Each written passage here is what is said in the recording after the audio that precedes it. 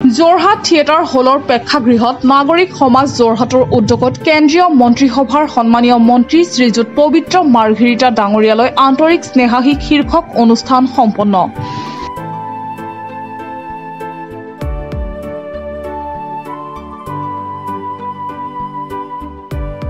মাননীয় কেন্দ্ৰীয় মন্ত্ৰী পবিত্ৰ মাৰ্ঘেৰিটাই ভাষণ প্ৰসংগত যোৰহাটৰ মাজ মজিয়াত এটি শীত তাপ নিয়ন্ত্ৰিত অত্যাধুনিক মহিলাসকলৰ সকলো ধৰণৰ প্ৰয়োজনীয় সুবিধা থকাৰ লগতে চেনিটাৰী নেপকিনৰ পৰা মাতৃ দুগ্ধপান কোঠাৰ প্ৰয়োজনীয়তা অনুভৱ কৰি যোৰহাটীয়া ৰাইজলৈ সাংসদ পুঁজিৰ পৰা 50 লাখ টকাৰ অনুদান আগবঢ়োৱাৰ কথা ঘোষণা কৰে।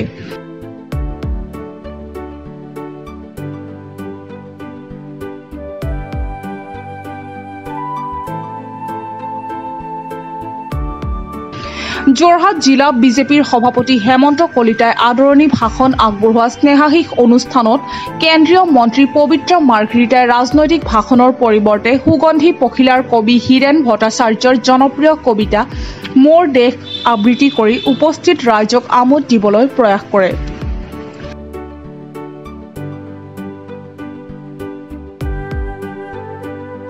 যোৰহাটৰ প্ৰায় 70টাৰো অধিক সামাজিক অনুষ্ঠানৰ লগতে যোৰহাট জগন্নাথ বৰুৱা মহাবিদ্যালয়ৰ সহপাঠী বন্ধু মহলৰ উপৰিও জ্যেষ্ঠ নাগৰিকসকলে স্নেহাশীষ আৰু শুভেচ্ছা প্ৰদান কৰে। কেন্দ্ৰীয় মন্ত্ৰী মাননীয় পবিত্ৰ মাৰ্ঘেৰিটাই কৃষান্ত একাডেমীৰ ছাত্ৰ ছাত্ৰীসকলৰ লগতে বন্ধু মহলৰ লগতো পোনপটীয়াকৈ মত বিনিময় কৰি বিভিন্ন অভিজ্ঞতাৰ বিষয়ে বিৱৰি সুঁৱৰি আৱেগিক হৈ পৰে।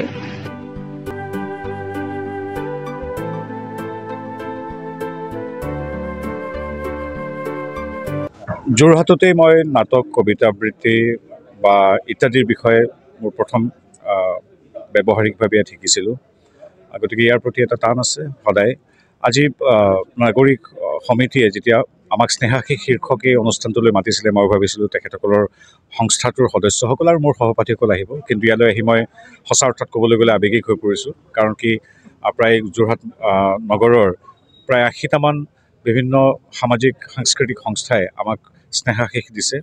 ইয়াত আনকি 80 বছৰীয়া জ্যেষ্ঠজনৰ পৰা 16 বছৰীয়া কলেজীয়া ছাত্ৰলৈকে সকলোকে দেখিছোঁ আৰু তেখেতসকলৰ যি আশীৰ্বাদ শুভেচ্ছা আৰু মৰমে ভৱিষ্যতৰ সামাজিক ৰাজনৈতিক বা ব্যক্তিগত জীৱনটোৰ যাত্ৰাত এক শক্তিশালী ইন্ধনৰূপে মোক আগুৱাই নিয়াত সহায় কৰিব বুলি মই দৃঢ় বিশ্বাসী আৰু এই আশীষৰ বাবে মই চিৰকৃতজ্ঞ যোৰহাটবাসী ৰাইজৰ ওচৰত। আমাৰ দেশ ভাৰতবৰ্ষক সমগ্ৰ বিশ্বই বিশ্ব বন্ধুৰূপে আৰু এখন অতি শক্তিশালী গণতান্ত্ৰিক প্ৰমূল্যবোধ থকা এখন সকলো দিশৰ পৰা নৈতিক সামাজিক সাংস্কৃতিক বৌদ্ধিক সকলো দিশতে আগবঢ়া এখন ৰাষ্ট্ৰ বুলি গণ্য কৰে। যিদৰে আমাৰ ইয়াত সৰ্বাধিক চলচ্চিত্ৰ প্ৰযোজনা হয়, ঠিক সেইদৰে আমাৰ চন্দ্ৰযানো আমাৰ ইয়াৰ পৰা পঠিওৱা হয়। আমি যিদৰে আমাৰ ইয়াত যিদৰে হাজাৰ হাজাৰ ভাষা আছে, ঠিক সেইদৰে আমি এক ভাৰতীয় পৰিচয়েৰে আমি একত্ৰিতভাৱে ৰাষ্ট্ৰীয়তাবাদত বিশ্বাসী হৈ আগুৱাই যাওঁ।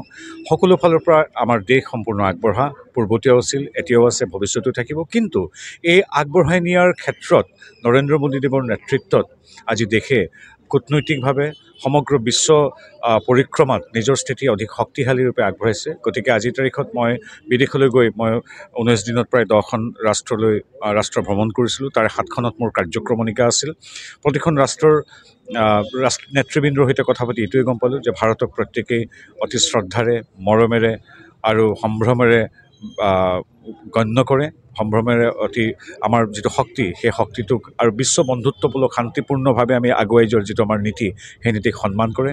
আৰু আমি ভাবোঁ যে আমাৰ ভাৰতৰ ইতিহাস, ভাৰতৰ শক্তি আৰু লগতে আজিৰ তাৰিখত আমাৰ যিজন নেতা, ৰাষ্ট্ৰৰ যিগৰাকী নেতা নৰেন্দ্ৰ মোদীদেৱৰ শক্তিশালী কূটনৈতিক বৈদেশিক নীতি আৰু আমাৰ ইয়াত ভাৰতক আগুৱাই নিয়াৰ বাবে তেওঁ যিখিনি চেষ্টা কৰিছে, সেইবাবে আজি ভাৰত সমগ্ৰ বিশ্বৰ দৃষ্টিত এখন অন্যতম শ্ৰেষ্ঠ ৰাষ্ট্ৰ।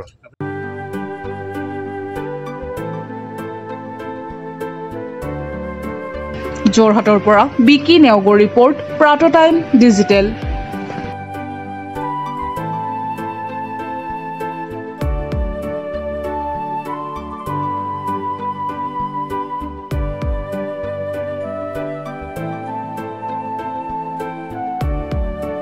অসমৰ সংবাদ জগতখনৰ বাবে এক সুখবৰ।